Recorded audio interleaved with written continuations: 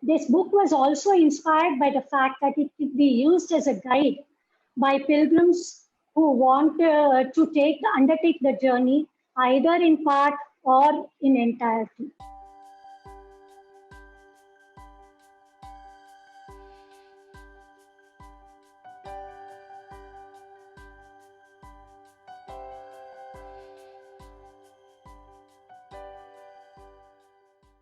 So hi, my name is Desmond and welcome everyone to the book launch of On the Krishna Trail. Before I introduce you to the guest of honor, let us welcome our panelists for today. First on the list is someone who is a monk, author, life coach, and a motivational speaker. He is Rasikaraman. Good evening and welcome to the book launch. Next on the list is another amazing author and also an Air Force veteran who has spent over a decade in the Indian Air Force. He is Shukla. Good evening, sir, and welcome. Then we have someone who is an advocate practicing in the Supreme Court of India and also an amazing author. He is Pranab Mullick. Good evening, sir, and welcome. And now let us all welcome the guest of honor, Lalitha Balasubramanian. Thank you and welcome, Lalitha ma'am, and congratulations for your book. It's an honor for me to get you and everyone else on this panel and talk about your book. Thank you so much. So, ma'am, if you can tell us more about your book and some interesting facts about your journey in writing this. Yeah, at the outset, I would like to thank my publishers, Locksley Hall Publishing, and my literary agent, Suhail Mathur of the Book Bakers, for organizing my book launch on such a wonderful and auspicious day.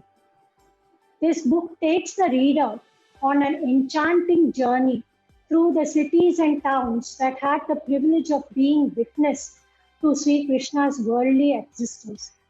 The jail at Mathura where he was born, the childhood abode of Sri Krishna at Gokul and Nandgaon, the magical sight of the entwined tulsi trees at Nidhivan, the various ghats and forests of Vrindavan, the sacred Giriraj Govardhan, all never fail to excite the devotee. We then moved to the Sandipani Ashram at Ujjain, where the Lord underwent his education in the 64 kalas in 64 days.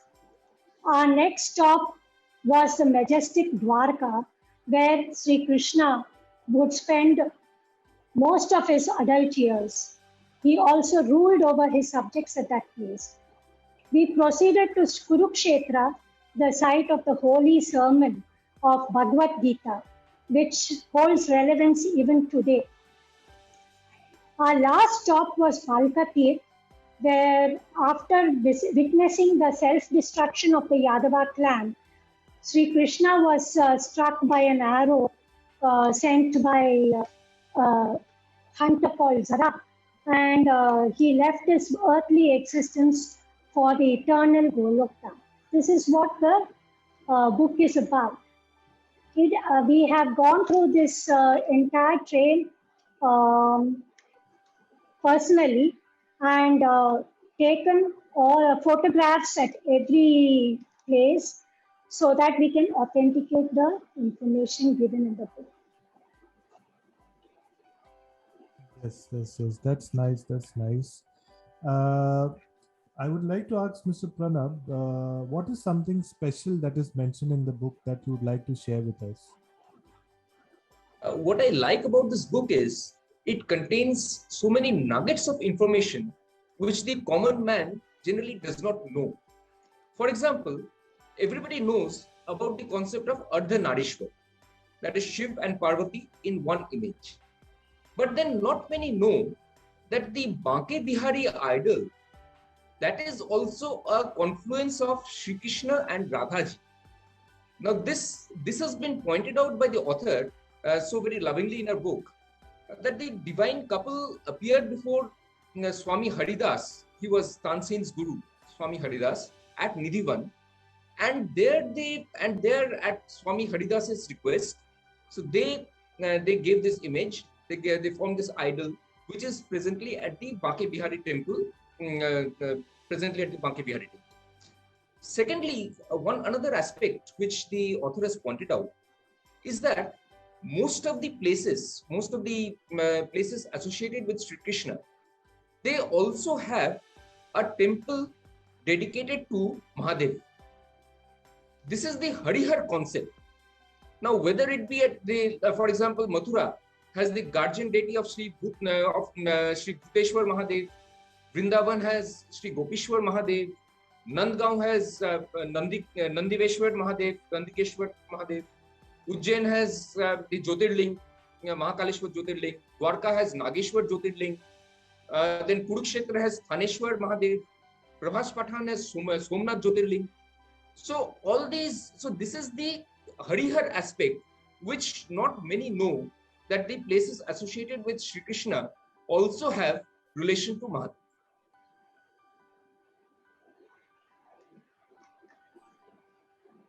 That's a really nice explanation, Pranab sir. So let's go to Jay sir, and if Jay sir can tell us from a reader's point of view, how did you enjoy reading this book, and what is the one thing that stands out for you in this book? Actually, there is enough to read, but certainly there is even more to see.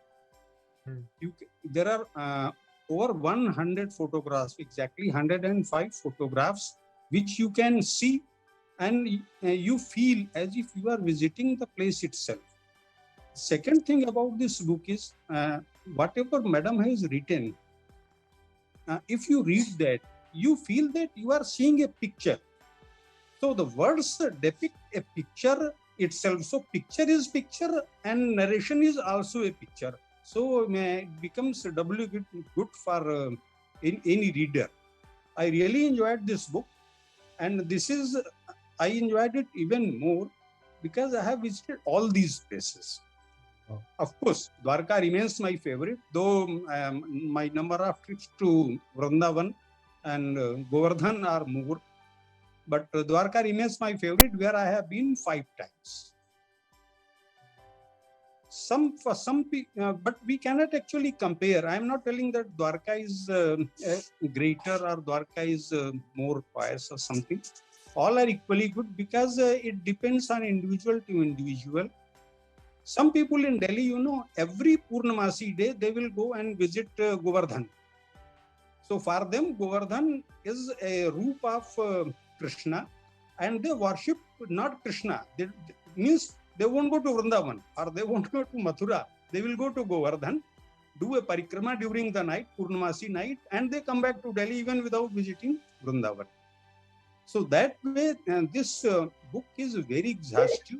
It visits all the places, and what Dada told, and it's written in the book, that Shiva has been given importance, too much importance, by Krishna himself, because he worshipped him. Even in that case, Rama worshipped Shiva, and Shiva worshipped Ram in Tulsi Ramayana and Valmiki Ramayana also.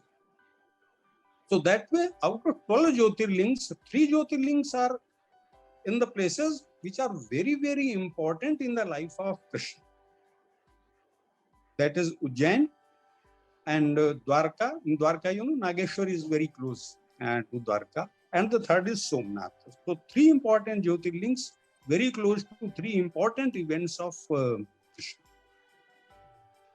That's nice. I hope you enjoyed the book. Now let's go to Lalitha ma'am. As the title itself suggests, On the Krishna Trail, it's a thematic travelogue based on the life and times of Sri Krishna. What inspired you to write this book? If you can tell us about this. Yeah, I find mythology very fascinating, and I love travel. So this journey was a irresistible combination. So inspiration for this book came from various quarters. When I expressed my wish to see Mathura Vrindavan, that is Braj Bhumi, to my late husband, he immediately answered, "Why only Braj? Let us go through the whole trail." So I was really thrilled. And that's how this journey and subsequently the book happened.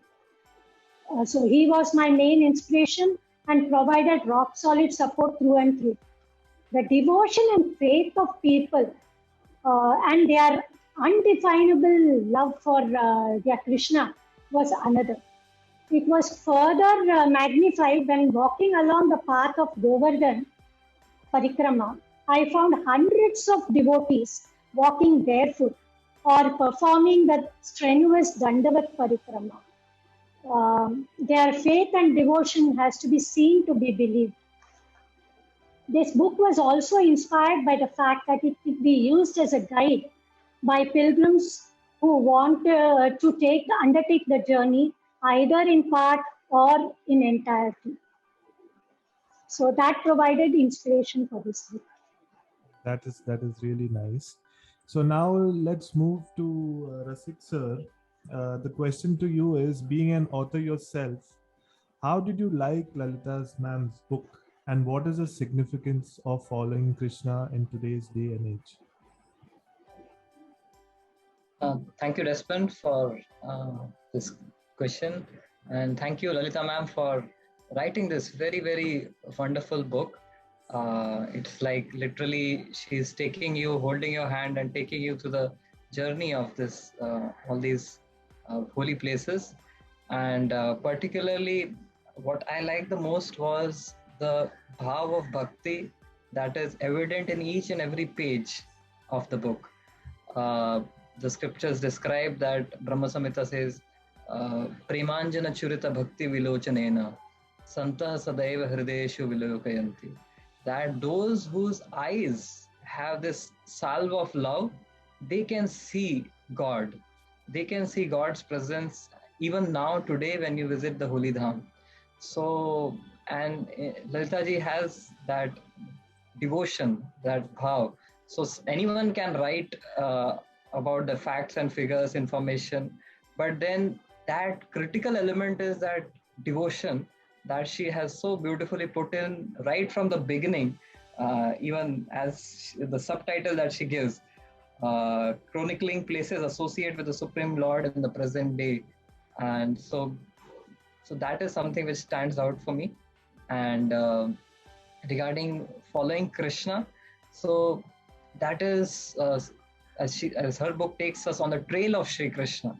And if you look at Sri Krishna's life, his life and teachings are the most, I would say, something which can really add a lot of value to our society in today's day and age.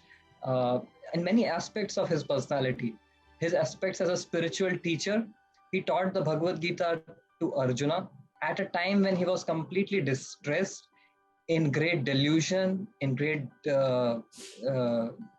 despair, unable to understand what should I do, in confusion.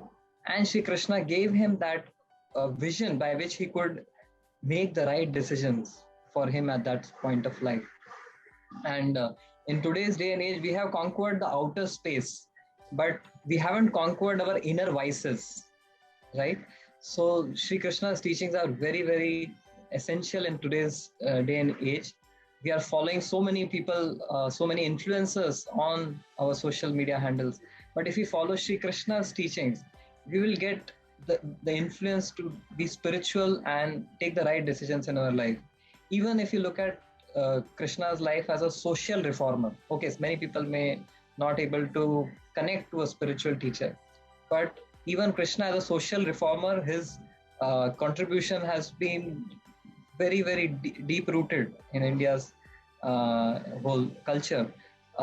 You look at, in Vrindavan, he was, we can say, a vocalist for environmental protection, right? He was actually, in various leelas, he protected the environment. The Kaliya Daman Leela, the madam beautifully describes the Kaliya Daha in Vrindavan.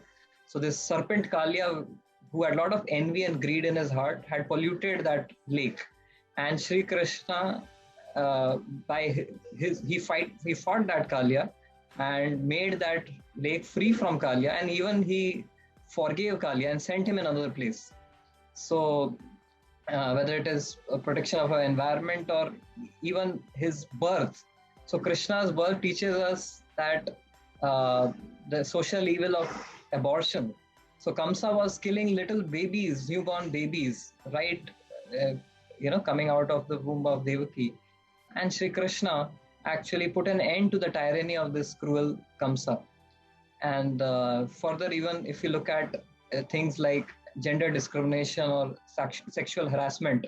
So when Draupadi was being harassed in that assembly, Asat Sabha, it was Sri Krishna who came into the forefront. When those 16,100 princes were abducted, so it was Sri Krishna who not only protected them from this Narakasur, but he also married them because he knew no one else is going to marry them in the society. So he gave them personal protection. And there's so many things we can learn from Krishna as a social reformer, even as a statesman. He never took any position. He gave the position to Ugra Sen, his uncle, and he remained the servant.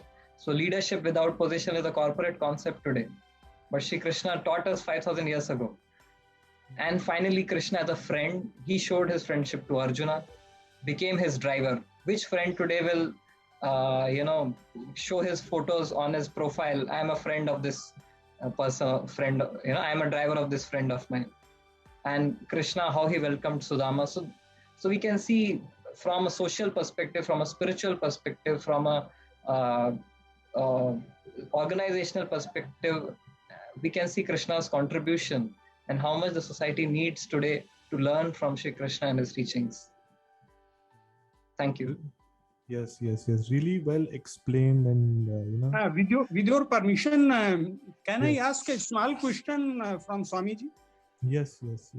So I wanted to ask it somebody who knows the subject, because I am a little confused.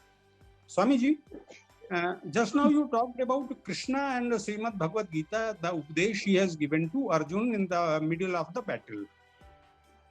But was it really effective? Because you can't have a better preacher than Krishna. Not 5,000 years, any number of years if you take, Krishna is the best preacher. And Arjun on the other hand is best receptor. Mm-hmm. If you are best guru, and if you are best shishya, was his preaching effective? Because Arjuna did not kill even a single warrior, except I think Jadrath, because he has taken a vote to kill Jadrath. That was personal. Even Krishna has to intervene once again, because he was not fighting even after listening to Gita. When he has come out and he wanted to kill Bhishma with that chariot wheel. So was Gita really effective on Arjun, or simply he spoke and he heard and then forgot about it? Was it anywhere seen in his fight in Mahabharata battle? Please, it is personal actually. Well, as far as I understand and have heard, Arjuna was the most formidable and most effective warrior in the battle of Kurukshetra. We can see the effectiveness of the teaching of the Gita by taking a snapshot of Arjuna before the battlefield, when he had given up his Gandiva, and he was, tears falling down from his eyes, hands shivering, and he was Vepatucha Sharire me Roma Harshana Jayate. He completely lost control of himself and started crying, went into depression. Now, from that stage, he comes to a situation where he says, Karishya Vachanam Tava. So he on a personal level, first if you look at Arjuna, from a personal level, he was in a state of depression and greatly distraught. From there, he regained his confidence, gathered his courage, and then at least he agreed that yes, there are battles in life and I agree to fight them out. So that's a big positive development we see. And then later on, at least what I read in the Mahabharata, every day he was eliminating thousands of warriors. And, in Bhishma or Karna, it was Arjuna who was the person who was effective and responsible for all of those. Of course, you may say that the brothers, all the 99 brothers, Kauravas, they were killed by Bhima, but that was because Bhima had taken a vow, and Arjuna, even though he had the chance, but he did not kill them because he wanted, let my brother fulfill his vow. So in that sense, we see that he stood to the teachings of the Gita. Means this is my humble supplication, and then this is a big subject matter. We can have a lot of research. Yeah. It's better actually to listen to you and learn than speaking when you are presented anywhere. Yes, very well explained. Very well explained, Rasik sir. So let's go to Pranab sir. Since you have written a book, Khana to Krishna, in your opinion, what is the message that Krishna avatar gave to the world? Now, I am not going into the philosophy of Srimad Bhagavad Gita. I am just speaking about, in my opinion, what Sri Krishna's life, what message it gives us. You see, two messages, both related to karma. The first thing is, in my opinion, you have to fight your own battle. You see, you cannot win unless God is on your side. But then, even if you have God on your side, it is you who have to fight the battle. In Mahabharata, the Pandavas had Sri Krishna. Sri Krishna did not fight the battle. He only guided. It were the Pandavas who had to fight for their own rights. And this also has a very contemporary relevance. For example, today you see Afghanistan. Now the situation in which they are in. Now the normal Afghans, if they want to come out of it, they will have to fight their own battle. They cannot rely upon another nation to deliver peace to them. This is a very contemporary relevance. Now the second thing is, and this is more related to my book, what I feel is that divinity, this is also the essence of my book, that divinity arises not from birth, but from karma.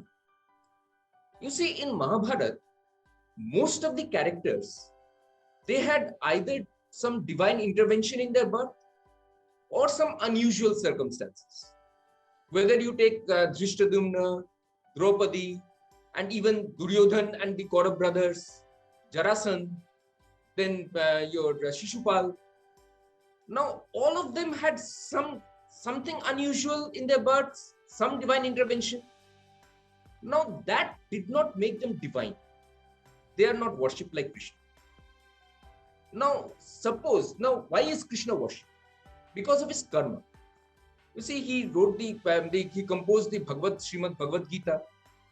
Then his entire life was spent in eradicating evil, whether it is Kamsa, whether it is the Kauravas.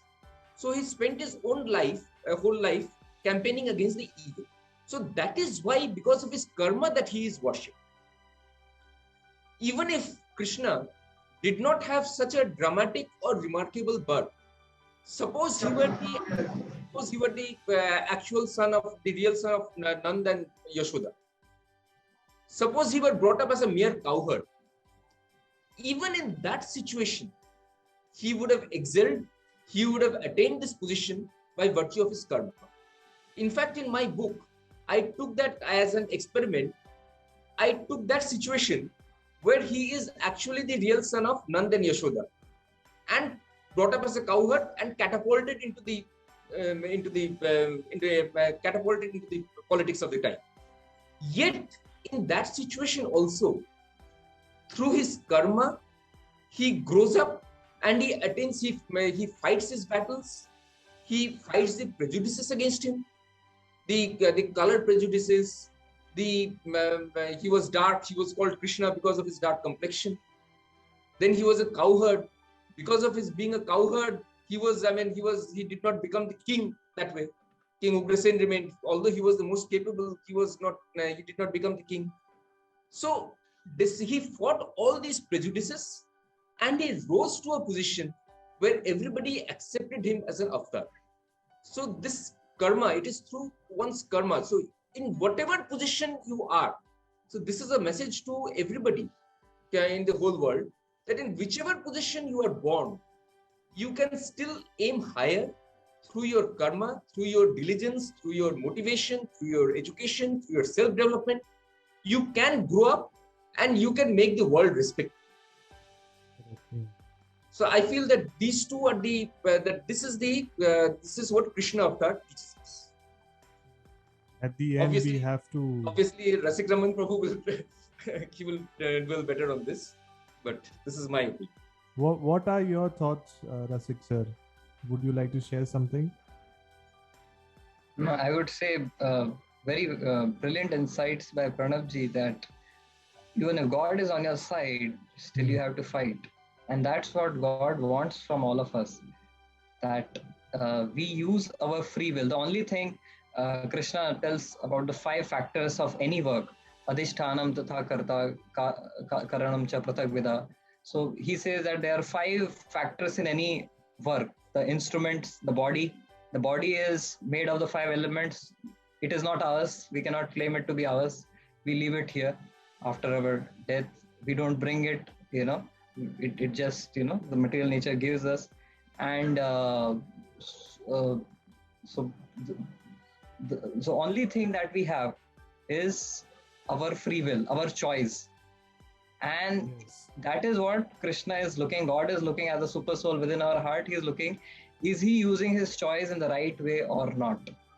So if we use our choice in the right way, he will help us, he will guide us.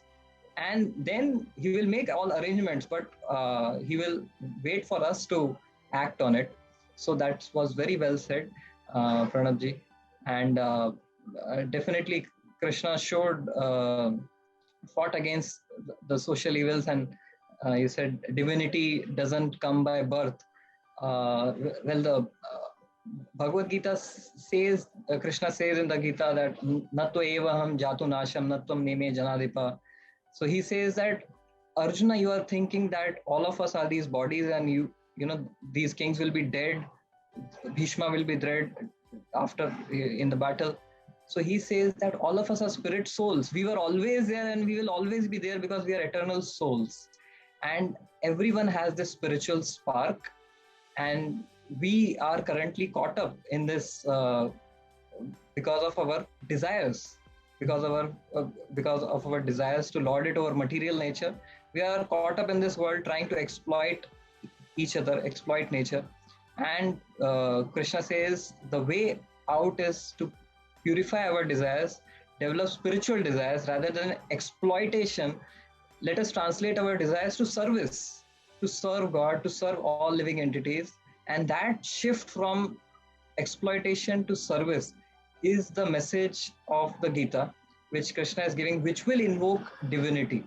It is not a claim by birth, as Krishna tells about Varnashram, which is very wrongly misunderstood. That Varna is, this caste is by birth. Krishna says, Chatur Varne Maya Shishtam Guna Karma Vibhagasha. He doesn't say Janma Karma or Guna Janma Vibhagasha. He says, these Brahmana, Kshatriya, Vaishya, Shudra, these are the intelligent thinkers, the administrators, the mercantile men, and the helpers. So they are by one's actions and by one's gunas, which can be cultivated.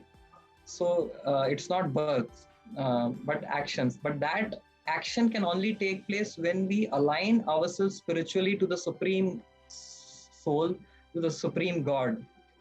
Then only we can fight with this powerful material nature, the Maya Shakti, which is forcing us towards exploitation. So we can take that shift from exploitation to service when we take shelter of Krishna, Sarva Dharmana Parityaja, Maam Ekam Sharanam Praja. So very well said, Pranab ji. Yes, Thank you. Yes. Even Rasik sir, very well said. So let's go to Lalitha ma'am. Ma'am, if you can read a few lines from your book, it will be really exciting for us. I will read from the page 150.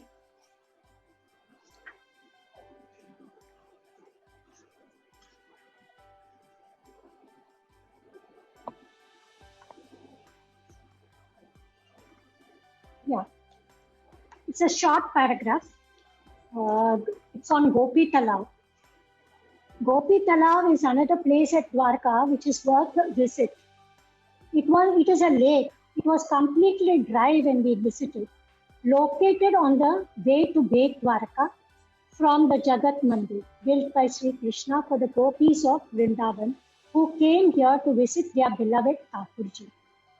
When Sri Krishna shifted to Dwarka, the gopis could not bear the estrangement. They came over to Dwarka to meet their revered Lord with a peacock feather in the crown and the flute in his hand. On the night of Sharad Purnima, they bathed in this lake and performed their last divine ras with Sri Krishna. Then they are said to have offered their lives to the soil in this talab built by their beloved Krishna for them. They are then believed to have merged with the Lord. In recognition of their unfettered love and devotion, Dwarkadish is said to have blessed the golden yellow fine soil at the lake and named it Gopi Talab. This soil, named Gopi Chandan, is believed to have miraculous medicinal and divine properties that can cure many diseases, destroy all sorrows, and give peace and happiness. On the way to Gopi Talab, one sees a line of stalls selling bundles of Gopi Chandan made from this soil. And all this is written on the wall of the temple at Gopi Talab. Another legend which exists about this place is that Sri Krishna knew about the imminent departure from his world. He therefore asked Arjuna to take care of the 16,000 queens and their children. But when the Kaba tribe attacked them, Arjuna, empowered with his precious and powerful Gandiva, was totally defeated. Arjuna's ego was vanquished as he realized that he was nothing without Sri Krishna by his side. Shocked by his defeat, the 16,000 queens of Sri Krishna are believed to have jumped into this talab and given up their lives, making the soil sacred. Was it interesting? Yes. Really interesting. It's a short paragraph, but it gives the essence of Dwarka. Yes, I would like everyone to give their feedback. Jai sir, Pranab sir. Yeah, Rasik I have sir. just one. It's an excellent book. So there is one observation I have, which I would make to Lalitha ji and Rasikaraman ji. You see, there are very few temples in India dedicated to Yogmaya ji. There is one in Delhi at Mehroli. There is one, and there is one at Raman Reddy. And the idol of Yogmaya is worshipped in one or two more places, like at Gokul. There is, but there are very few temples to Yogmaya ji, dedicated to Yogmaya ji. So that is one thing which I felt that I should point out. Yes, Mr. Jai, if you have anything to say. Yeah, it's a beautiful place. Not only actually this beautiful piece particularly, entire book is beautiful. and what it reflects, each word and each sentence, it's full of Shraddha and Bhakti. It cannot be read, cannot be gone through as a piece of literature or as a piece of book. It looks like a bhajan, that when you read it, you feel as if you are with the divine and you are singing some bhajans. And that brings, even today, on the eve of Janmashtami, when we are sitting here and discussing, we all should be thankful to Lalitha ma'am for bringing us here.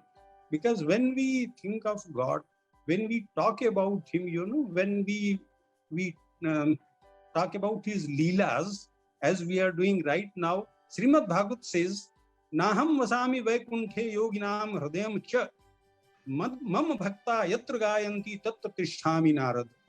So I don't sit in the temples, or I don't sit in the, I am not in the hearts of the yogis.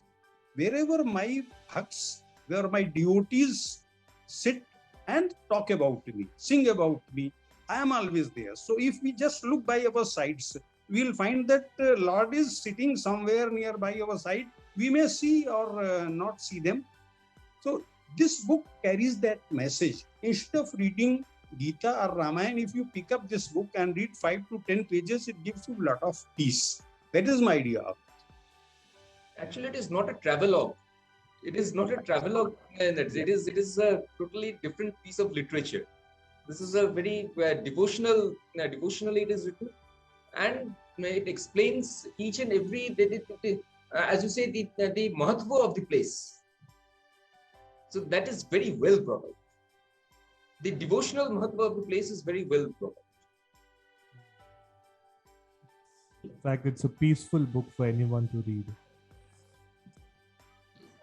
So, Lalitha ma'am, the next question is to you. As a writer of non-fiction, sorry, just give me a minute.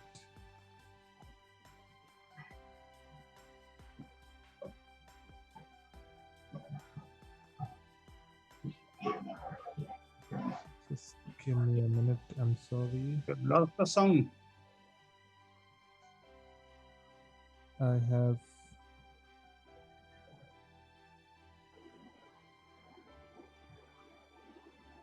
Yes, sorry. As a writer of non-fiction mythological travelogue, what are the elements of writing that you focus on this book? Yeah, non-fiction writing always bases itself on the pillar of research, deep research, background research, and my focus is on authenticity. So I have to authenticate anything that I write. So for this book in particular, since it is mythological travelogue or whatever it may be, it is a divine book. It holds a very special place in my heart. And I decided to take photographs also to increase the attention span of the reader and provide the reader with more clarity. Interestingly, all the 100+ photographs which are there in this book are all taken by me on location. And this itself authenticates the book. So I was very happy about it, and it holds a very special place in my heart. That's quite interesting. 100 photographs, that also captured by you. It will be quite interesting to read this book. No, I had captured more than 300. But I selected 105 out of them, and I asked my publisher to put some of them in color so that it will look better. It will give a better appearance, and they very nicely cooperated and used it. So I am very happy with that also. That's nice. That's nice. So now the next Why not 108, madam? You should have told your publisher to make it 108. That's a jap mala, you know. There are 105 bits into it. Yeah. Actually, I had so many more. Yeah. Should have increased. But when they said 105, I said, okay, 105. Maybe you can write another book continuing this, and then you can put all the other photos there as well. Maybe. Yeah. Actually, there is, in the Shri Vaishnava Sampradaya, there is this concept of 108 Divya Deshams. Yes. So they say that in this world there are 106, and the rest, other two, you will see in the Vaikuntha when you visit on your journey to Vaikuntha. So I think 105 are in the book. One is on the cover page, which Lalitha ji will show us in some time. And rest two, when we take our journey to Vaikuntha, then we will all see. So there are 108. Well explained. Thank you so much. Very good. Lovely explanation. Yes. That's why I told that it's better to listen to him than speak self. It's your kindness. And as you said, when devotees come together, that's where Krishna is. So I think Krishna has descended on Facebook today. Yes. That's nice. Yeah. So since everyone likes to listen to Rasik sir, let me ask Rasik sir this question, and then everyone else also can answer this question. So what is the significance of yatra, of pilgrimage to holy places? So let's begin with Rasik sir. This is pilgrimage to holy places is something which is very, very close to my heart. Personally, for me, that was something which really captured my heart. My first visit to Vrindavan, which was way back in the year 2006. So you can, right now I'm sitting with, this monk attire and everything. But you won't believe me that there was a time when I was studying and when I was doing in my standard 9th, and I was kind of I'm a scientist, I'm a scientifically minded person. I don't believe in God. Who has seen God? And even my mother took me to Nathdwara temple, Lalita ji. So I'm confessing that that's the space I am coming from. My mother took me, and there was so much crowd and pushing and everything. I said, I'm not going to look at this piece of stone. This is not God. People are pushing. I'm not going to look. And believe me, I came out without having darshan. And lo and behold, the power of that dham, that I didn't see Krishna, but Krishna saw me. Ki bhaiya isko nahi chodunga. And there were twists and turns in my life without, which are unbelievable. And I find myself in 2006 going to Vrindavan and praying and begging Krishna and do the Govardhan Parikrama on my first day.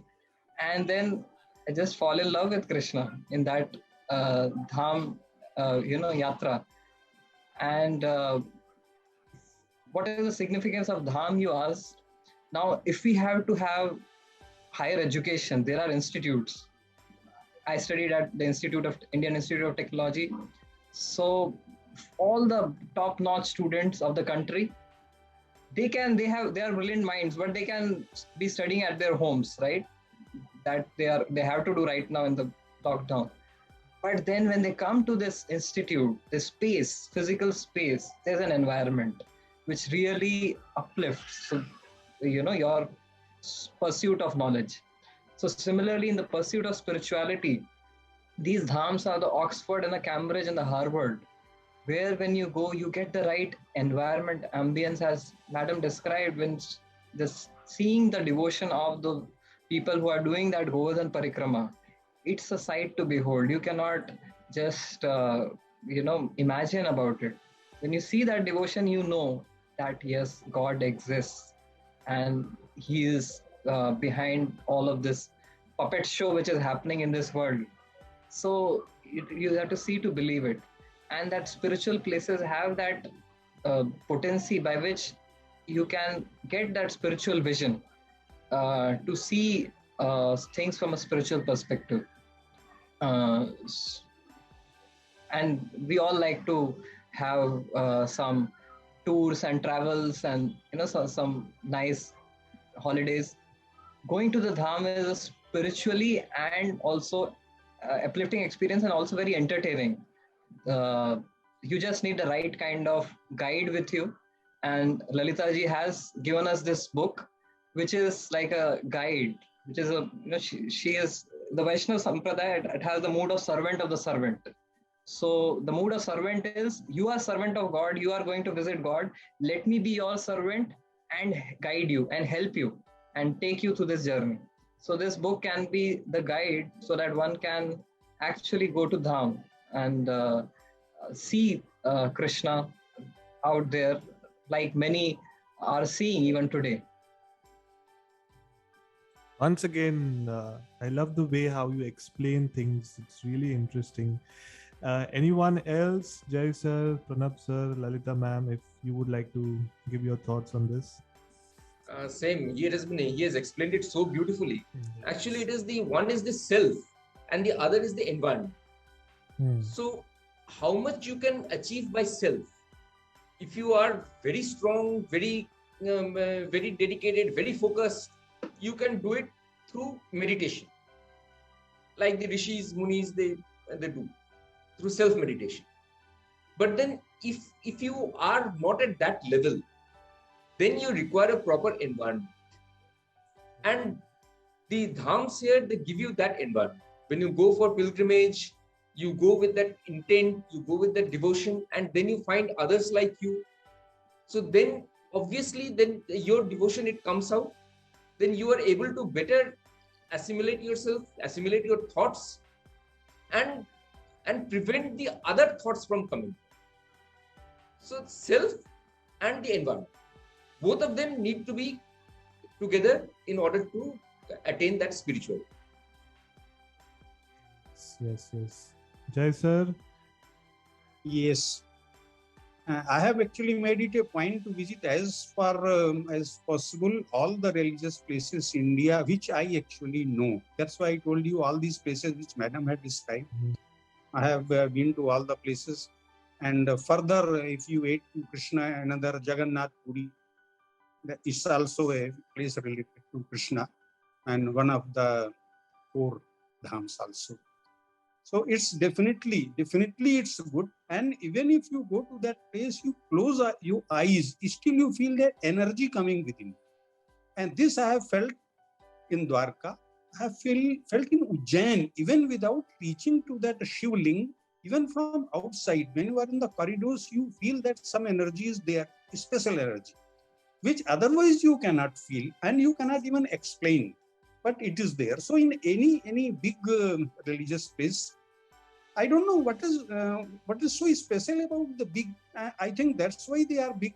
You go to Badrinath, you go to Kedarnath, you go to Jagannath Puri, you go to any of the Dwadash Jyotirlings, whether it's Kashi or Rameshwaram, you feel a special energy within that, which in normal temples you don't. Of course, difference will be there, but that energy probably it's a number of people visiting, or that energy is there. That's why people visit.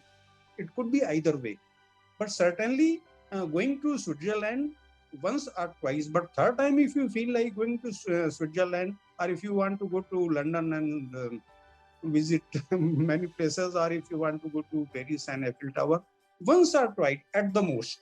But my brother, if you send me 12 times or 20 times to Dwarkaji or to Kedarnath, I'll be more than happy to visit these places. Like if you read a novel, I know you are a word reader and you like all of us, you too read. But reading once is enough for any book. Just keep it aside. But if you read Ramcharitmanas, I think I must have read that book at least 100 times in my life, from end to end. Similarly, if you read Gita, you keep reading and you never feel that you have already read it. Every time you feel something new, something strange about it. So that way, religious places and holy books, they are very, very different from any other place of tourism or any other book that you read in. Thank you. Yes. The positivity also, you get a lot of positivity when you're there in that place. But that energy actually, even if you close your eyes, you go to Dwarkadhish temple, and before Dwarkadhish, that idol, if you stand with your closed eyes, still you feel that energy is coming within you. So that way, आप आंख नहीं मिला सकते actually. बात यह ना idol के सामने खड़े होके आंख मिलाने की हिम्मत नहीं होती है. So what Swami ji told, actually they are alive, and we have to feel that. It comes automatically. Yes. In terms of the theological explanation also, the theology, the scripture describe that what is the dham? The dham is basically the abode of the Lord, and what is the matter like which constitutes the dham? Now, if we look at our house or our city, it is constructed with concrete, cement, and all of those things. So we may see all of those elements in the dham also, but actually that is just the external covering. You may see concrete roads in Vrindavan, in Dwarka, everywhere else, but behind that external covering of Mahamaya, of Yog Maya, is a covering, is the actual inner dham, which is spiritual, Satchidananda. And great seers are able to see that dham. And it is explained that this dham is nothing but an expansion of Balaramji. So Balaramji expands to become Sheshanag, to become the bed of Lord Vishnu. So where will Krishna lie? That also has to be Krishna, because nothing is outside of Krishna. Krishna is complete. Purnamada, Purnamidam, Purnat, Purnamudachyate. So there cannot be, if we have to live in a house, we need to get some concrete, some matter from outside. But Krishna is everything. God is everything.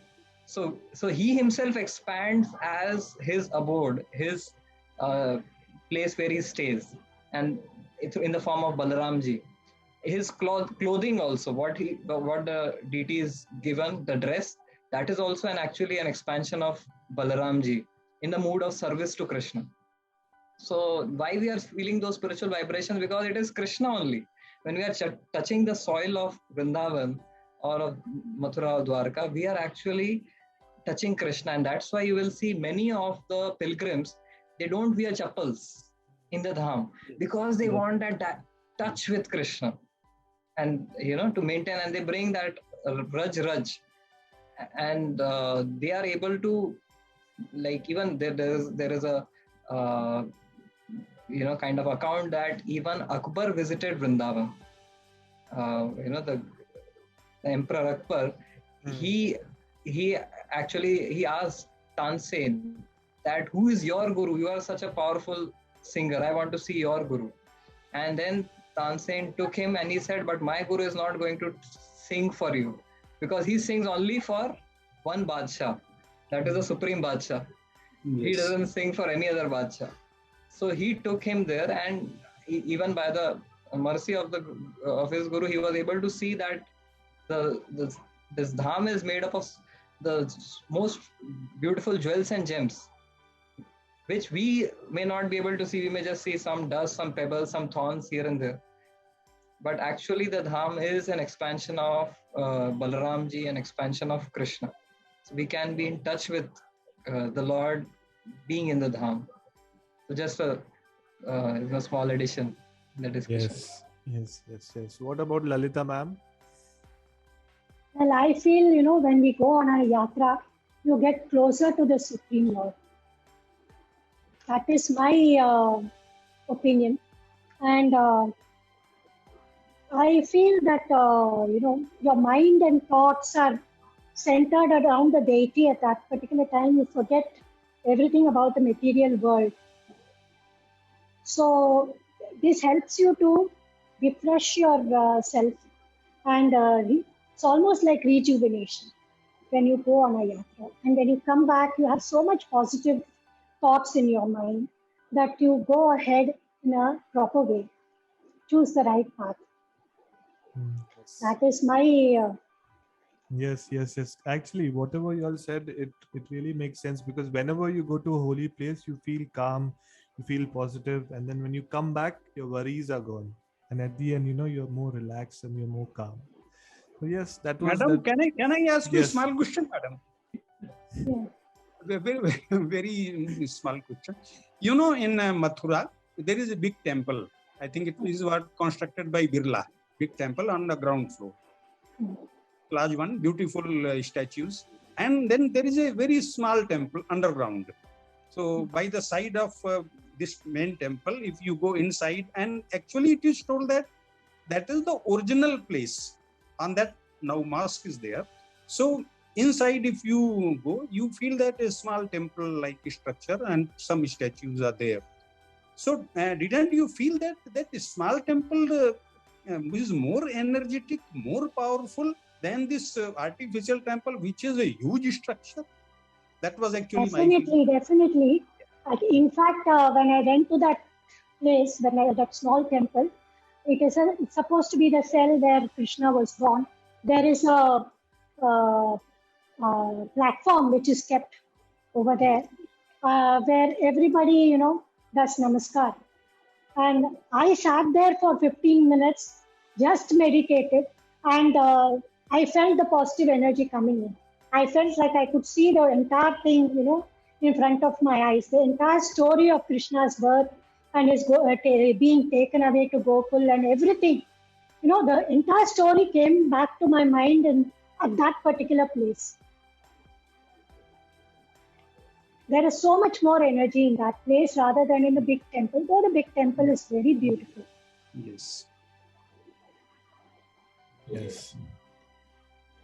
Anyone else would like to add anything?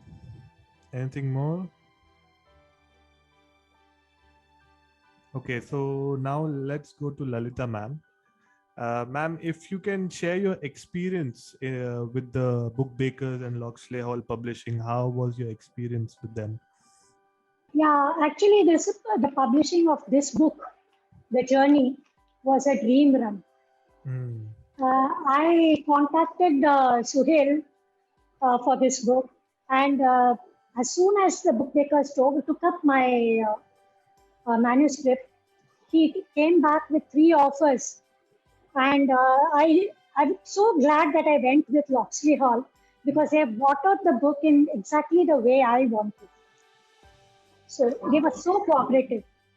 Of course, Suhail is the person behind the whole thing, and he has done a wonderful job. Sohail, I keep telling everyone, Sohail is like the Superman for all of us. He keeps helping, and he's very kind. Yeah. He has been so supportive throughout my journey. Even now, this launch was postponed to this particular day by him only. Very understandingly, he postponed it. It was supposed to be scheduled on June 5th. It is being rescheduled for this day, and it's such an auspicious day. I was so happy to know that it will be done today. Yes. So thanks, if Sohail is listening, thanks to Sohail, to the Book Bakers, Locksley Hall Publishing. Thanks for organizing this event. It was a fun conversation. So Lalitha ma'am, before we end, if you can tell us what is your next project? Like, what have you decided anything, or you have started writing something for your next book? Yeah, I have started on 2 projects actually simultaneously. One is based on the Ramayana, and the other is based on the Navagraha temples of South India. Oh, wow. That is again a travelogue, the Navagraha temples. Again, I have visited all of them and I've collected all the information necessary. So now it is a question of writing it out. That's nice. I hope this time you can use 108 pictures in the book. You can tell Sohail. Sohail, if you're listening, you should keep 108 photos now. So yeah, thank you, Lalitha ma'am, Jai sir, Pranab sir, Rasik sir. Thank you. Can we have a few words of Ashirwad from Swamiji? Yes, please. 1 or 2 sentences at least. I'm all of your student. I'm learning from you, all of you, so much, and really the way Lalitha madam has put in her devotion in this book, and the energy and the motivation she has to present to people more and more information about the spiritual realm. That is so much so enlivening and encouraging for all of us. Otherwise, generally people feel that now at this age I take retirement and just I have been working hard all my life. Now let's take a step back and relax. But in the life of a Krishna bhakta or a bhakta of the Lord, there is never an age of retirement. Age gives you more and more wisdom and more desire to serve, and so that's what I can see in madam's this endeavor. And 2 more projects are coming up, which is we are very happy. And I would just want that on this auspicious eve of Janmashtami, all of us are praying to the Supreme Lord to descend in our lives, in our hearts. So the descent of Krishna itself shows that life will never be, rosy and a bed of roses. There will be thorns and in our journey. What hell Vasudeva and Devaki went through before Krishna's appearance. Their 6 sons were slaughtered in front of their eyes. Devaki, on the day of her marriage, Kamsa was carrying her, on his chariot, and she was receiving such a grand, send off. But as the turn of events would, take, that the same brother took up a sword to kill Devaki, and here, she had to go through all this. If God's mother has to go through all this, do we think we will be spared? All the troubles and tribulations that come in the life of a devotee are actually the ways of the Lord to make us strong, to fight with those weaknesses within, which are within us. There is once a person asked God that give me strength. So God said, you just push this big boulder, keep on pushing it. So he kept on pushing it for days, months, years, and then he got frustrated. What is this, God? He has just asked me to push a boulder which doesn't move. And then he started calling out to God, what is this you did to me? And then God came and he said, look, the way your muscles have developed. The boulder didn't move, but your muscles have developed. So that's what through all of those troubles and tribulations that come in our life, we could see them, why God is doing this to me, or we could see them as opportunities to grow ourselves, not just go through life, but grow through the challenges which come in life. And when Kamsa was going to kill Devaki, Vasudeva kept his calm and very calmly discussed a negotiation with him. Okay, I will give you every child and you can kill that child, but leave Devaki. So that presence of mind also is something which we can learn in situations, in high pressure situations. So, and then finally Krishna appeared but didn't stay with Vasudeva and Devaki. He went to Vrindavan. So here Krishna is actually, one may feel that what kind of God he is. He's actually leaving his parents and going on, to save his life. But it's not like that. He's actually increasing the love of Vasudeva and Devaki in separation, right? And he's having this wonderful pastimes in Vrindavan. So we can all pray that Shri Krishna descends in our life, in our hearts, and we can develop those beautiful qualities, godly qualities. We cannot become God, but we can become godly. God is one. God cannot be many. The classic case of Ajamil, which is described in the Bhagavad Puran, that the Yamadutas come to capture Ajamil, and the Vishnudutas, because Ajamil called out Narayan, he was saved from the Yamadutas. Later, Yamadutas became so upset. They said, first time in our career, there has been someone who has opposed us and defeated us. So they went to Yamraj, their boss, and said that, is there anyone above you also? So, if there are many controllers at the top, there would be a fight. If there are many CEOs together working, it will be a mess. So there has to be one CEO. So Yamraj says, yes, there's only one CEO, one God. We are all assisting. We are all assisting that Supreme God, Narayan, in his service. So we can cultivate these godly qualities by our devotion, by meditation, chanting, associating, hearing satsang, and reading this wonderful book, which I would request Lalitha ji, why don't you unveil to the whole world? Yes, please. Today, let Krishna appear today through your book on our screens. Everyone can show the book. Hare Krishna. Hare Krishna. Yes. Thank Hare you. Krishna. Thank you, everyone. I really enjoyed the conversation. I understood more about Krishna as well. So thank you, everyone, for joining the book launch. And Lalitha ma'am, we are waiting for your next book so that we can have another conversation. Thank you. Thank you. Thank you. Thank you. Thank you Thanks so to much. all the panelists. You all were wonderful.